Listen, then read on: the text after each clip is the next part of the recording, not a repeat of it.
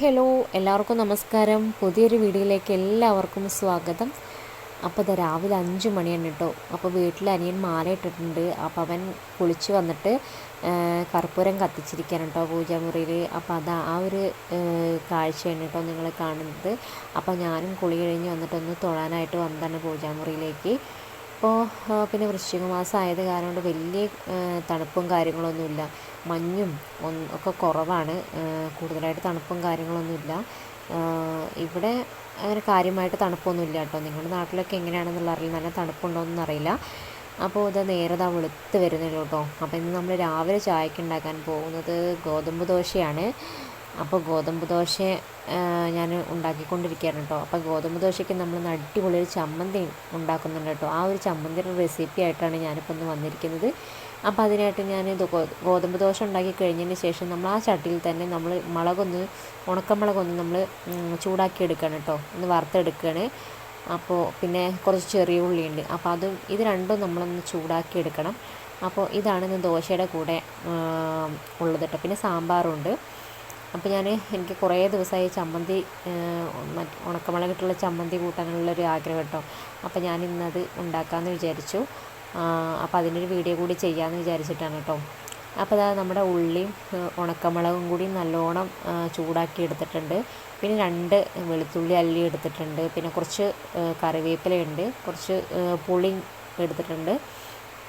പിന്നെ ഇതിലേക്ക് ലേശം ഉപ്പും കൂടി നമുക്ക് വേണം. അപ്പോൾ ഉപ്പും കറിവേപ്പിലയും പുളിങ്ങയും വെളുത്തുള്ളി പിന്നെ ഉണക്കമുളക് ഉള്ളി എല്ലാം സെറ്റായിട്ട് എടുത്തിട്ടുണ്ട്. ഇനി ഇത് നമുക്കൊന്ന് അരച്ചെടുക്കാം. അമ്മിയിലിട്ടിട്ട് നമുക്കൊന്ന് അരച്ചെടുക്കാം കേട്ടോ. അപ്പോൾ അമ്മയൊക്കെ കഴുകി വൃത്തിയാക്കിയിട്ട് ഞാനിത് അമ്മിയിൽ അരച്ചെടുക്കാനുള്ള തയ്യാറെടുപ്പിലാണ്. അപ്പം നമ്മൾക്ക് ആദ്യം ഉണക്കമുളക് പുളിങ്ങയും ഉപ്പും കൂടി ചേർത്തിട്ട് നമുക്കൊന്ന് അരച്ചെടുക്കാം കേട്ടോ.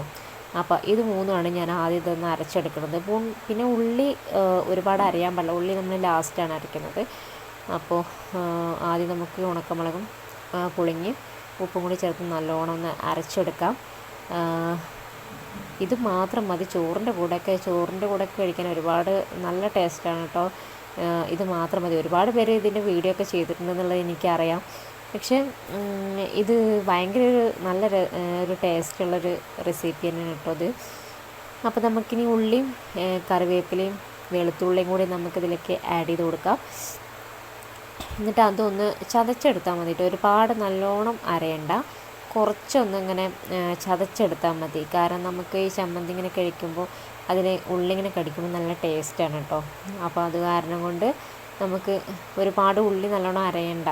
കാരണം ഉള്ളി കൂടുതൽ അരച്ച് കഴിഞ്ഞിട്ടുണ്ടെങ്കിൽ അത് ചമ്മന്തി ഒരു കയ്പ്പുണ്ടാവും. അപ്പോൾ അത് കാരണം കൊണ്ട് ഉള്ളി ഇങ്ങനെ ചെറുതായിട്ട് ഇങ്ങനെ ചതച്ചെടുത്താൽ മതി.